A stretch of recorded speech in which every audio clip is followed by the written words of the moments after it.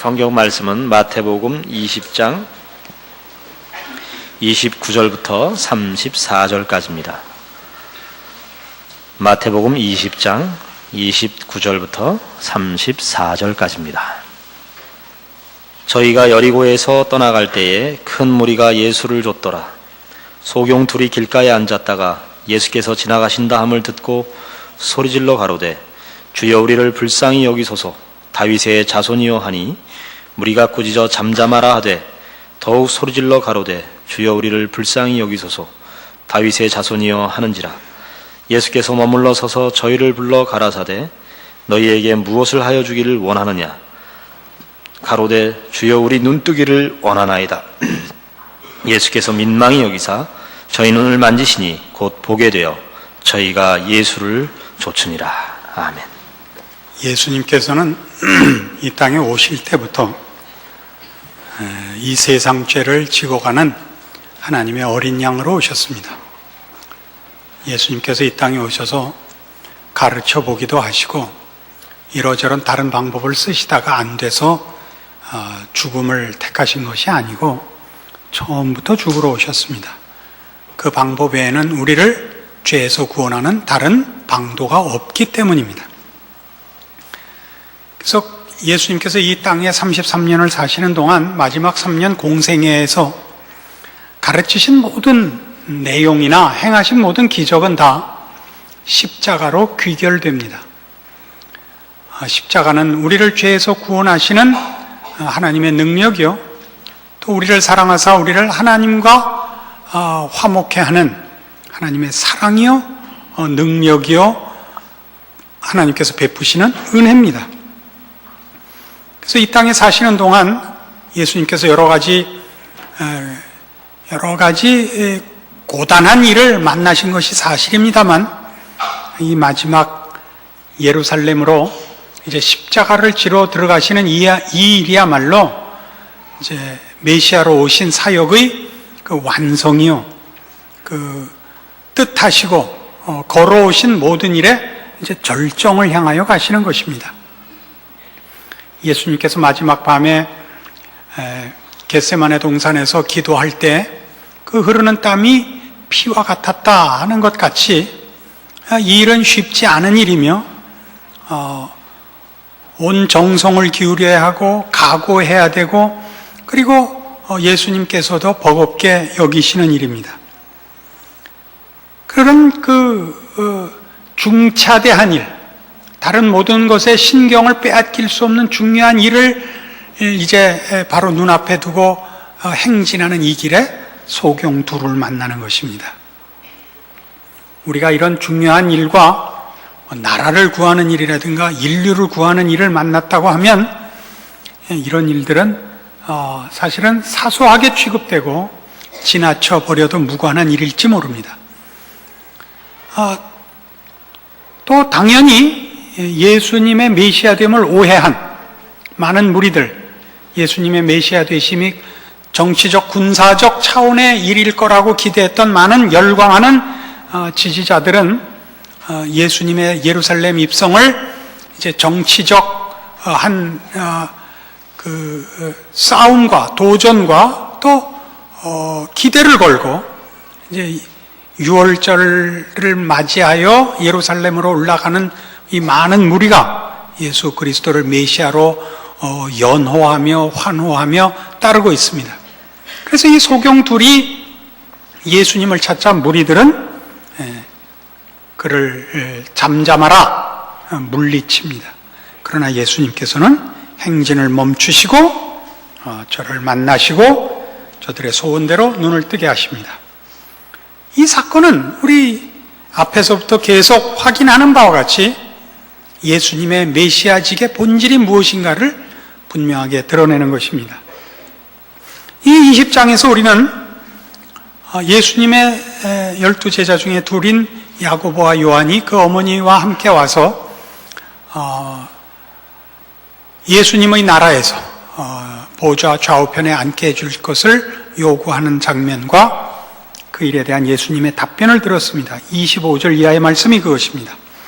예수께서 제자들을 불러다가 가라사대 이방인의 집권자들이 저희를 임의로 주관하고 그 대인들이 저희에게 권세를 부리는 줄을 너희가 알거니와 너희 중에는 그렇지 아니하니 너희 중에 누구든지 크고자 하는 자는 너희를 섬기는 자가 되고 너희 중에 누구든지 으뜸이 되고자 하는 자는 너희 종이 되어야 하리라.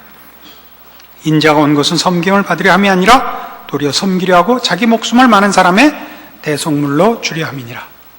이렇게 말씀하신 그대로 예루살렘으로 행진하시고 메시아의 사역을 완수하시려는 이 일에 예수님께서는 바로 소경 둘을 고치는 일로 주께서 이 땅에 오신 메시아 직분의 본질이 섬기며 희생하는 일이라는 것을 보여주시는 것입니다. 그래서 이 사건은 우리 모든 예수 믿는 성도들이 가슴에 꼭 기억해둬야 할 원리를 제시하고 있습니다. 우리는 예수를 믿는다는 것이 세상적인 힘에 의하지 않고 하나님을 힘입어 승리하고 권세를 부리는 일이라 이렇게 기대를 합니다. 이런 식의 발상은 세상의 영웅주의적 발상을 그대로 용어만 기독교 용어로 바꿔놓고 그 원리는 세상적인 원리를 그대로 차용한 것입니다. 세상의 영웅들은 본인이 남과 다르다는데 영웅된 그 기준을 가집니다. 남들은 자기 생각만 했는데 국가를 먼저 생각했다. 사람들은 구구단 외우기도 바쁜데 어느 만큼 똑똑했다. 물론 영웅들이 역사나 자기가 살던 시대에 공헌을 한 것이 사실입니다마는 세상은 그의 공헌과 그의 기여보다는 공헌과 기여를 할 수 있었던 그의 능력에 초점을 두고 그를 영웅시하는 것입니다. 여기에 비하면 기독교 신앙에서의 신앙의 영웅이란 철저히 자신을 희생하고 자신을 치장하지 않는 것으로 나타납니다. 이 자신을 치장하지 않는다는 것을 명심하셔야 됩니다. 이런 문제를 이해하기 위하여 우리가 가장 오해하는 성경상의 위인이라 이렇게 일컫는 자들을 한번 생각해 봅시다. 구약의 최고의 위인은 아마 모세일 것입니다. 우리는 모세가 이스라엘을 애굽에서 해방시킨 해방자요, 이스라엘 민족의 지도자요, 하나님의 말씀을 전해준 다른 누구와 짝할 수 없는, 비교할 수 없는 귀한 하나님의 종이라는 것을 인정합니다. 그러나 성경이 묘사하는 모세의 모세된 위치는 그가 어떻게 남과 다르냐에 있지 않습니다. 무슨 설명을 하고 싶은지 한번 찾아가 봅시다. 사도행전 7장 35절 이하에 스데반의 설교 속에 등장하는 모세, 스데반이 묘사하는 모세를 봅시다. 사도행전 7장 35절입니다. 저희 말이 누가 너를 관원과 재판장으로 세웠느냐 하며 거절하던 그 모세를 하나님은 가시나무 떨기 가운데서 보이던 천사의 손을 의탁하여 관원과 속량하는 자로 보내셨으니 이 사람이 백성을 인도하여 나오게 하고 애국과 홍해와 광야에서 40년간 기사와 표적을 행하였느니라. 이스라엘 자손을 대하여 하나님이 너희 형제 가운데서 나와 같은 선지자를 세우리라 하던 자가 곧 이 모세라. 시내산에서 말하던 그 천사와 및 우리 조상들과 함께 광야교회에 있었고 또 생명의 돌을 받아 우리에게 주던 자가 이 사람이라. 물론 모세가 이런저런 일을 했다 하는 것을 여기 우선적으로 밝히고 있습니다. 그러나 놓치지 말아야 할 또 하나의 초점은 뭐냐면 모세가 뭘 했냐 이겁니다. 뭘 했냐? 모세가 뭘 했냐? 이스라엘 백성을 인도하여 내었고 생명의 돌을 하나님께로부터 받아서 전하여 줬다 이겁니다.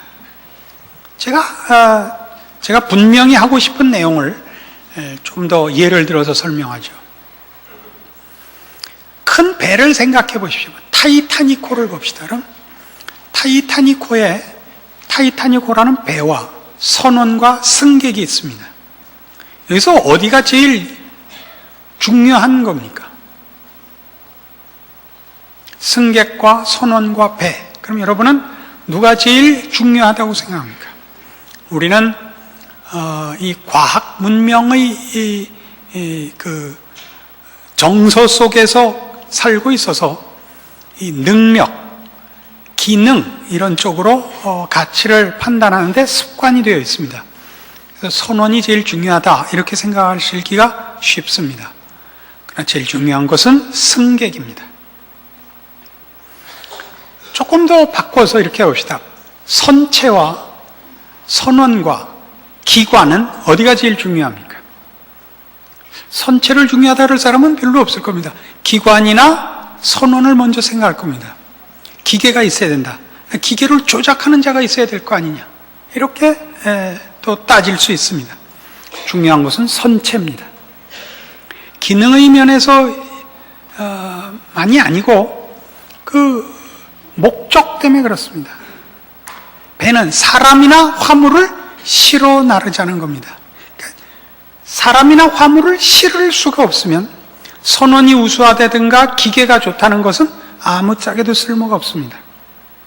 실어 나를 승객과 화물을 위하여 그래서 배도 있어야 되고 그 배가 목적지로 가기 위한 기능으로 선원과 기계가 있는 것입니다.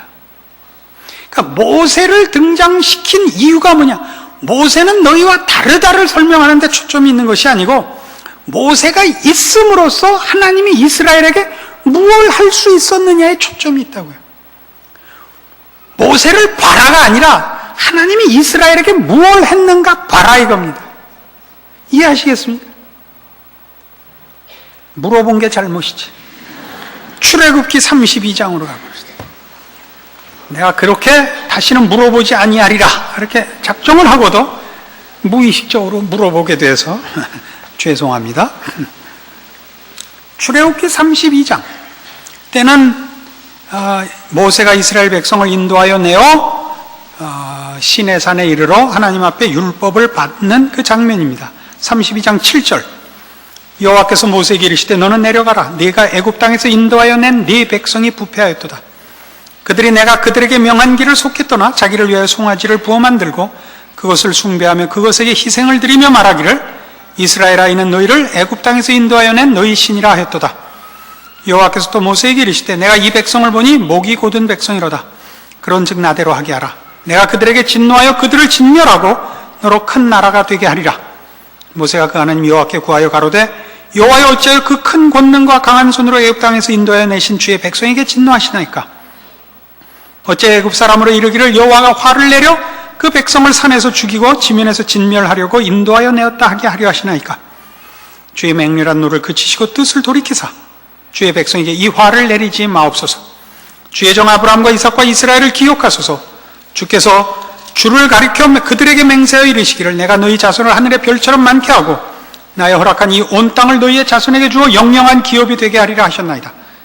여호와께서 뜻을 돌이키사 말씀하신 화를 그 백성에게 내리지 아니하시니라.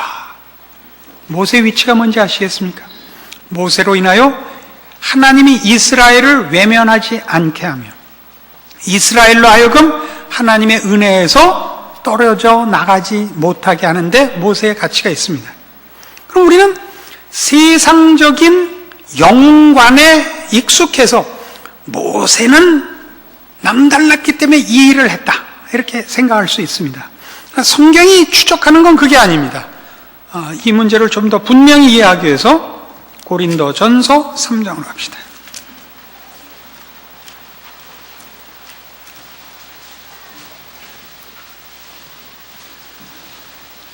고린도전서 3장 신약성경 265페이지입니다. 고린도전서 3장 1절 형제들아 내가 신령한 자들을 대함과 같이 너에게 말할 수 없어서 육신에 속한 자 곧 그리스도 안에서 어린아이들을 대함과 같이 하노라. 내가 너희를 젖으로 먹이고 밥으로 아니하였노니 이는 너희가 감당치 못하였음이거니와 지금도 못하리라. 너희가 아직도 육신에 속한 자로다. 너희 가운데 시기와 분쟁이 있으니 어찌 육신에 속하여 사람을 따라 행함이 아니리요. 어떤 이는 말하되 나는 바울에게라 하고 다른 이는 나는 아볼로에게라 하니 너희가 사람이 아니리요. 그런즉 아볼로는 무엇이며 바울은 무엇이뇨? 저희는 주께서 각각 주신 대로 너희로 하여금 믿게 한 사역자들이니라. 나는 심었고 아볼로는 물을 주었을 때 오직 하나님은 자라나게 하셨나니 그런즉 심는 이나 물 주는 이는 아무것도 아니로되 오직 자라나게 하시는 하나님뿐이니라. 심는 이와 물 주는 이가 일반이나 각각 자기의 일하는 대로 자기의 상을 받으리라. 우리는 하나님의 동역자들이요 너희는 하나님의 밭이요 하나님의 집이니라. 이 고린도 교회는 이 예수 믿는 신앙을 철학과 무슨 세상 사상같이 생각을 해서 본인들이 예수를 믿은 것은 예수 믿는 이 도를 본인들이 이해한 탓이라. 그러니까 예수를 믿는다는 것이 본인들이 고급한 지성과 도덕성을 가졌기 때문이라고 오해했습니다. 그래서 이 예수 믿는 것이 본인들의 고급함의 증명이 되어 자랑으로 가고 말았습니다. 그래서 나는 바울파라, 나는 아볼로파라, 나는 게바파라 이렇게 파벌이 생기고 누가 더 잘났냐의 싸움을 했습니다. 그래서 바울이 이 글을 쓰는 겁니다. 너희는 참 바보 같구나 이겁니다. 바울이 한 얘기는 뭐냐면 왜 너희는 내 뒤에 줄을 서느냐? 우리가 우월한 사람, 우리가 무슨 위인, 영웅인 줄 아느냐? 아니다. 우리는 수단이다. 우리는 도구에 불과하다. 우리는 하나님의 일꾼이고 너희들, 그러니까 일반 성도들이 하나님의 목적이다. 우리는 하나님의 일꾼이고 너희는 하나님의 집이고 하나님의 밭이다. 이 글을 쓰는 겁니다. 우리가 우리 아이들을 위해서 좀 과장하여 이렇게 얘기할 수 있습니다. 우리 아이들을 공부 잘하게 하기 위해서 한 달에 500만 원 주고 가정교사를 쓸 수 있습니다. 아들이 생각하기를 이야, 나는 한 달에 5만 원도 안 주면서 선생님은 500만 원을 주는구나. 나도 가정교사가 되자. 가정교사를 500만 원짜리를 쓰는 것은 아들이 그 이상의 가치, 즉 아들을 향한 사랑이 그것보다 크기 때문이죠. 가정교사에게는 500만 원의 월급을 주는 것으로 그치고 아들은 그 이상의 것으로 훌륭하게 만들려고 500만 원짜리 가정교사를 쓰는 겁니다. 자, 자식이 결혼을 하게 됐습니다. 집을 지어주는데 설계사한테 1억을 주고 설계를 맡기고 집을 100억을 주고 줬어요. 그랬더니 아들이 생각하기를 야, 설계사가 되면 1억을 받는구나. 책상에 앉아서 자대고 쓱쓱 그리니까 1억이나 받네. 설계사를 할까? 아니면 건축을 할까? 건축을 했더니 100억이나 받네. 그게 다 누구 준 거예요? 그게 다 자기 아들을 위하여 설계사니 건축가니 동원되고 있다는 걸 몰라요? 그러니까 성경이 초점하는 건 이겁니다. 하나님이 어떤 일꾼을 일으키면 모세를 세우고 엘리야를 세우고 다윗을 세우면 그게 다 승객들을 위한 것이란 말이에요. 그의 자녀를 위한 것이라고요. 그러니까 모세는 얼마나 훌륭했는가, 바울은 어떻게 남달랐는가, 엘리야는 어떻게 남달랐는가가 아니라 그런 도구들을 세우어 무엇을 하려고 했는가를 알란 말이죠. 앞에 다 악을 써놨더니 이제 목소리도 안 나요. 이런 일에 전형적으로 우리가 오해하는 인물이 아마 엘리야일 겁니다. 엘리야는 믿음의 전사로 우리 뇌리에 보통 그 형상화되어 있습니다. 북왕조 이스라엘 때 다스리던 아합 왕이 그 바알을 섬기고 하나님 믿는 자들을 다 잡아 가두고 핍박을 해서 북왕조 이스라엘 모든 백성들이 아합 왕 때문에 그 정치적인 권력에 눌려서 전부 바알을 섬기는 자들이 됐습니다. 엘리야 혼자 남았습니다. 하나님의 종은 그가 아합의 핍박을 피해서 이리저리 도망가다가 마지막에 갈멜산에서 전투를 벌이게 됩니다. 아합 왕과 그의 비호를 받는 바알 선지자 400명과 대적하여 홀로 하나님의 종으로 싸워 이깁니다. 그래서 우리는 엘리야 그러면 그가 어떻게 위대한 사람인가, 그가 얼마나 훌륭한 사람인가, 그가 어떻게 목숨을 걸고 하나님을 섬기는 일과 그 종된 일을 감당했는가를 우리 마음속에 늘 기억하고 부러워하곤 합니다. 그러나 성경은 엘리야를 이런 식으로 표현합니다. 구약 성경 맨 마지막 책 말라기 4장에 가보십시다. 신약성경 마태복음 앞에 있습니다. 말라기 4장 4절. 너희는 내가 호렙에서 온 이스라엘을 위하여 내 종 모세에게 명한 법, 곧 율례와 법도를 기억하라. 보라, 여호와의 크고 두려운 날이 이르기 전에 내가 선지 엘리야를 너희에게 보내리니 그가 아비의 마음을 자녀에게로 돌이키게 하고 자녀들의 마음을 그들의 아비에게로 돌이키게 하리라. 돌이키지 아니하면 두렵건대 내가 와서 저주로 그 땅을 칠까 하노라. 엘리야는 환생했다, 그런 의미가 아닙니다. 예수님께서 오리라 한 엘리야를 세례 요한이라 했습니다. 세례 요한은 엘리야가 환생한 것이라 그런 뜻이 아니고 엘리야가 가졌던 사역을 세례 요한이 가지고 있었다 이겁니다. 그 사역은 뭐냐? 아비의 마음을 자녀에게로 돌이키게 하며 자녀의 마음을 아비에게로 돌이키게 하는, 아비와 자녀를 화목시키는 일입니다. 그걸 위하여 엘리야는 하나님 앞에 부름을 받습니다. 그러니까 엘리야는 접착제 같은 거죠. 여러분, 부러진 물건이 있어서 강력 접착제로 둘을 붙였다. 그럼 그 접착제 성능 좋다, 그렇게 얘기할 수는 있습니다.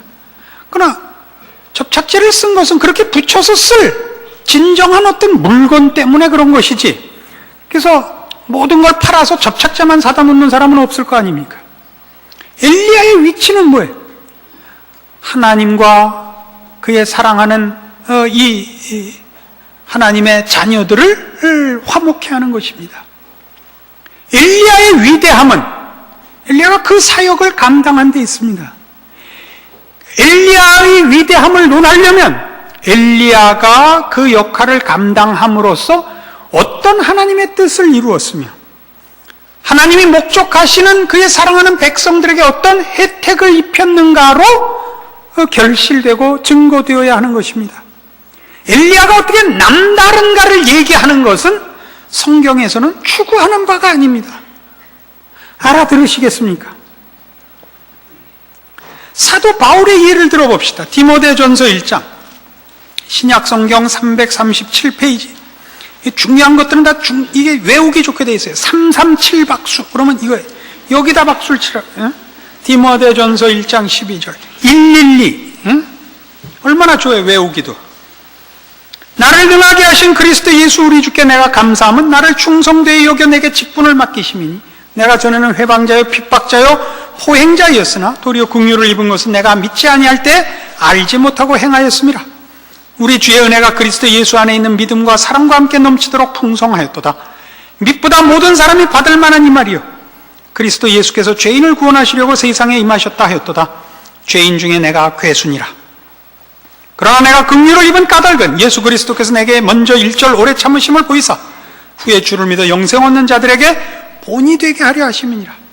사도 바울은 자기를 위인으로 인정하지 않습니다. 겸손해서가 아닙니다. 그는 알고 있습니다.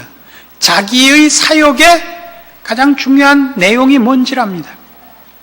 바울은 하나님의 은혜를 증거하는 표본입니다. 하나님이 얘도 구원했다, 얘도 사도를 시켰다, 이게 바울입니다. 바울이 어떻게 명문 출신이고 명문엔 양면이 있어요. 명문 집안이며 명문 학벌을 가졌는가, 그가 어떻게 준비되었는가를 논하는 것은 성경이 추구하는 바가 아닙니다. 성경이 추구하는 바는 그가 스데반을 죽였으나 본인의 고백대로 죄인 중에 괴수였으나 하나님께서 그에게 은혜를 베풀었다는 사실입니다. 그래서 바울을 통해 우리가 뭘 배우느냐, 하나님이 이런 사람에게도 구원을 베풀고 이런 사람도 그의 일꾼으로 쓴단 말인가, 여기에 초점이 있습니다. 그래서 바울 그러지 말고 어디로 가야 되느냐, 17절 만세왕 곧 썩지 아니하고 보이지 아니하고 홀로 하나이신 하나님께 존귀와 영광이 세세토록 있어지이다 아멘으로 가야 된단 말이에요. 그러나 세상은 어때요? 세상의 영웅주의는 그는 남다르다, 그는 남다르다, 이게 우리한테도 아주 뿌리 깊이 들어와 있어요. 남다르다는 것은 세상의 영웅주의는 언제나 그의 영웅됨이 상대적으로 다른 모든 사람의 열등함 위에 서 있는 승리라고요. 다른 사람은 그렇게 못했지만 그는 했다 이거예요. 다른 사람은 다 도망갔으나 그는 안 도망갔다. 그래서 그의 영웅됨을 증거하려면 다른 사람들을 묵사발을 시켜야 돼요. 이게 교회 안에도 들어와 있어요. 그래서 교회 안에서도 신앙이 좋은 사람들은 이상하게 그의 신앙 좋은 것이 증거될 때마다 옆 사람의 못난 것이 꼭 밝혀져야 된단 말이에요. 그건 아니에요. 그게 신앙의 영웅이 아니라고요. 신앙의 영웅이라는 건 그가 있음으로써 모두가 혜택을 입고 모두가 힘을 얻는 법이에요. 예수님의 십자가입니다. 우리는 신앙이라는 이름으로 내가 남다르다는 것을 주장하는데 너무 익숙합니다. 제가 자라난 교회는 제가 청년기 때 아주 신앙적으로 좋은 분위기가 형성되어 있었습니다. 저는 청년기 때 제 앞으로 한 5년 전후한 선배들, 믿음의 좋은 선배들 그룹도 갖고 있었고 저희 한 4, 5년 후배들의 좋은 믿음의 그룹도 갖고 있었습니다. 그러니까 저는 안고죠, 그죠? 앞뒤로 이렇게 가지고 있는 좋은 분위기 속에서, 환경 속에서 신앙생활을 할 수 있었습니다. 그래서 그 믿음의 선배들이나 후배들이 다 교회 안에서 열심히 그 봉사를 하고 아주 그 성실하고 정말 칭찬할 만한 사람들이었는데 하루는 그 아주 아끼던 후배 하나가 사색이 돼서 왔어요. 왜 그러냐 그랬더니 동료 중에 하나가 이 친구 아주 능력이 있고 아주 성실하고 모든데 칭찬을 독점하고 있으니까 누가 시기해서 콱 물어버린 거예요. 뭐라고 물었냐면 너 교만해 그런 거예요. 이 친구가 몇 날 밤을 고민하다 온 거예요. 형님 제가 교만합니까? 어떻게 해야 겸손합니까? 저야 이런 일에는 뭐 아주 도사입니다. 이거 뭐 척 듣고 이게 무슨 문제구나. 얘가 뭘 헤매고 있구나. 그냥 번개같이 알아먹었어요. 야, 네가 교만해서 교회에 유익이면 교만해. 네가 지금 겸손하겠다는 거는 흠없이 너 하나만을 보호하겠다는 거야. 그게 잘못이야. 알아듣고 계세요? 그때 그 왼수도 못 알아들었는데 여러분도 못 알아들으시는 거예요. 그러니까 신앙적으로 우리의 신앙적인 열심이나 신앙적인 어떤 덕목들, 사랑이니 희락이니 충성이니 여러분이 그걸 자기의 치장으로 가진다니까요. 여러분이 가진 신앙의 열심이 남에게 유익한 걸 보라고요. 가다가 이 같이 가는 동료가 지쳐하면요, 우리 꼭 이렇게 뭘 지쳐해? 목숨을 걸고 가는데 그걸 못해? 철야해보세요. 저는 12시를 못 넘겨요. 저는 뻗어요. 목사님, 예수님께서는 십자가에도 못 박히셨는데 하늘까지 하룻밤 새는 걸 갖고 뭐 이렇게 눈깔이 뒤집어지세요? 그럼 못 써요. 옆 사람이 못 감당해 보이면 하품을 하는 거예요. 본인도 오늘 왜 이렇게 피곤하지? 목사님 오늘 좀 일찍 자면 안 될까요? 이게 실력 있는 거예요. 이 말을 알아듣는다 못 알아듣는다? 알아듣는다는 사람은 손 한 번 든다. 그거 봐, 웃고 안 들을지.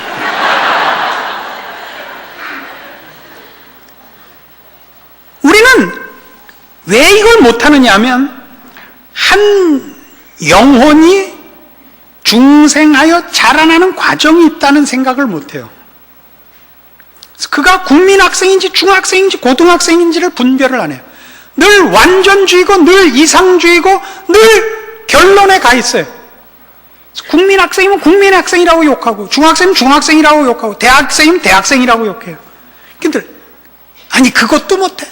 그래서 나는 한다. 이렇게 자꾸 자기를 차별화한다고요. 그럼 못 써요. 그건 십자가의 정신이 아니라고요. 십자가가 뭐예요? 상대방의 유익을 위해 내가 희생하는 거예요. 이미 마태복음 16장 24절에서부터 출발하고 있는 거예요. 아무든지 나를 따르려거든 자기를 부인하고 자기 십자가를 지고 나를 쫓을지니라요. 그래서 우리의 십자가는 뭔가를 보세요. 내가 있음으로써 어떻게 이 시대와 이 사회와 내 이웃이 이익을 볼 것이냐, 이 생각을 하셔야 돼요. 그게 신앙이에요. 그게 고급하고 좋은 신앙이에요. 어떻게 나는 죄 안 짓고, 어떻게 나는 앞장섰고, 어떻게 나는 남보다 우뚝 섰는가를 얘기하는 것이 그게 영웅이 아니에요. 응? 이것 때문에 우리가 신앙생활을 안 해요. 하나님이 나에게 영웅적인 조건을 주지 않았다. 그러므로 나는 신앙적인 책임이 없다. 이렇게 되는 거죠. 그래서 서로 웃기는 게, 우리 제일 친한 사람이 누군가 봐요. 고등학교 동창이거나 하다못해 군대 동기예요. 고등학교 동창이라는 거는 사실 공부하는 수준으로 이렇게 모인 것이지, 무슨 성격이 같거나 그렇게 꼭 친할 만한 조건이 있어서 모인 거 아니라고요. 취미가 같고 무슨 사상이 같고가 아니라 사실은 이상하게 모였는데도 여러분 가장 급하면 고등학교 친구들 찾아가요. 군대는 더하죠.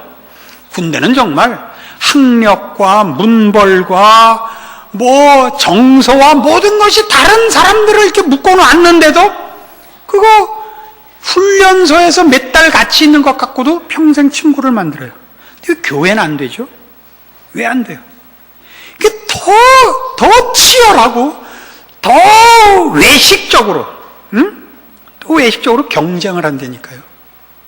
우열의 비교를 하고 더 밟아서 자신을 증명해내기 때문에 교회 오면 더 마음을 닫고 자기를 열지 않고, 가서 비빌 때도 없고 쉴 때도 없고 또 그렇게 해주지도 않아요.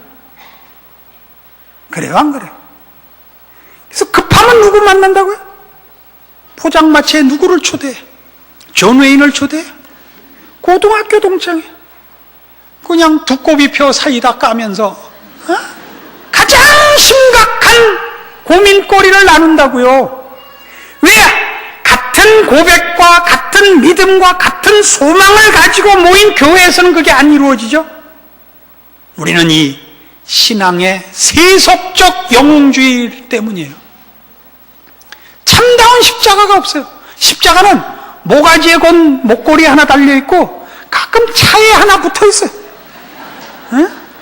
십자가 지고 가는 사람은 아무도 없어요, 이 왼수들이. 그리고 난 이게 참 희한하게 생각합니다. 매주 이 싸움을 하거든요. 그죠? 여러분, 우리 교회 와서 이 욕 안 먹어본 적 있어요? 근데 전혀 영향을 안 받아. 내가 그렇게 긁어도 화도 안 내. 그리고 또 와. 난 그걸 모르겠어. 저 목사가 언제 미치나 보자, 이거 모르는 거야. 어떡할 거야? 고칠 거야, 안 고칠 거야? 응? 십자가를 질 거야, 말 거야? 예수님이 예루살렘에 들어가서 뭘 했으면 좋겠어요? 구테타를 일으켰으면 좋겠어요? 독재자가 됐으면 좋겠어요? 안 그러셨다니까. 십자가를 지고 죽으셨다고요. 그래서 우리가 태어난 거예요. 우리에게 십자가를 주신 거예요. 우리 모두는 하늘에 썩는 미랄이에요. 근데 미랄을 안 해. 새 총에 놓고 쏴. 땅에 안 심어. 그래서 교회는 전부 애꾸는 아니면 이빨 부러진다. 서로 쏴가지고. 잠시도 방심을 못해. 어디서 쏠지 모르니까. 이건 교회도 신앙도 아니에요. 이게 참 불행한 거예요. 교회가 경쟁하고 신자와 신자가 경계를 해요. 얼마나 불행해요. 누가 그래요? 아니, 목사님 어떻게 설교 이렇게 생각난 대로 다 짓거리시고 막 말하세요? 아니, 내가 뭐가 겁나요, 지금 죽는 마당에. 설교도 이렇게 안 해요. 가만 보니까 설교도 멋있게 해요. 무슨 다 개수작들이에요. 그런 못 써요. 피가 나게 해야 돼. 여러분들 피가 나게 살아야 돼요. 예수님이 말씀으로 우리를 구원하시잖아요. 피 흘려 구원하세요. 제발 여러분에게 허락된 구원이 무엇이며 여러분의 인생에 주어진 최고의 무기와 책임이 무엇인지를 인식해서 신자된 삶의 기가 막힌 기적들을 남의 입으로 듣지 마시고 여러분이 누리고 사시는 그런 신앙 인생이 되기를 바랍니다. 기도하십시다. 하나님 아버지 은혜를 감사합니다. 우리 된 것은 우리 주 예수 그리스도의 십자가 때문입니다.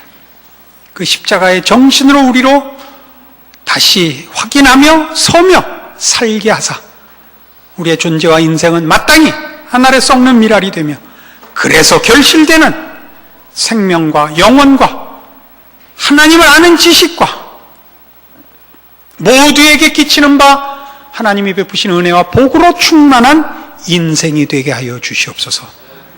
지금은 우리 주 예수 그리스도의 은혜와 하나님 아버지의 극진하신 사랑과 성령님의 교통하심이 하나님의 자녀된 복과 책임과 그 본질과 그 살아야 할 인생을 십자가로 확인하고 결심하고 돌아가는 심령들 위해 영원토록 함께 있을지어다.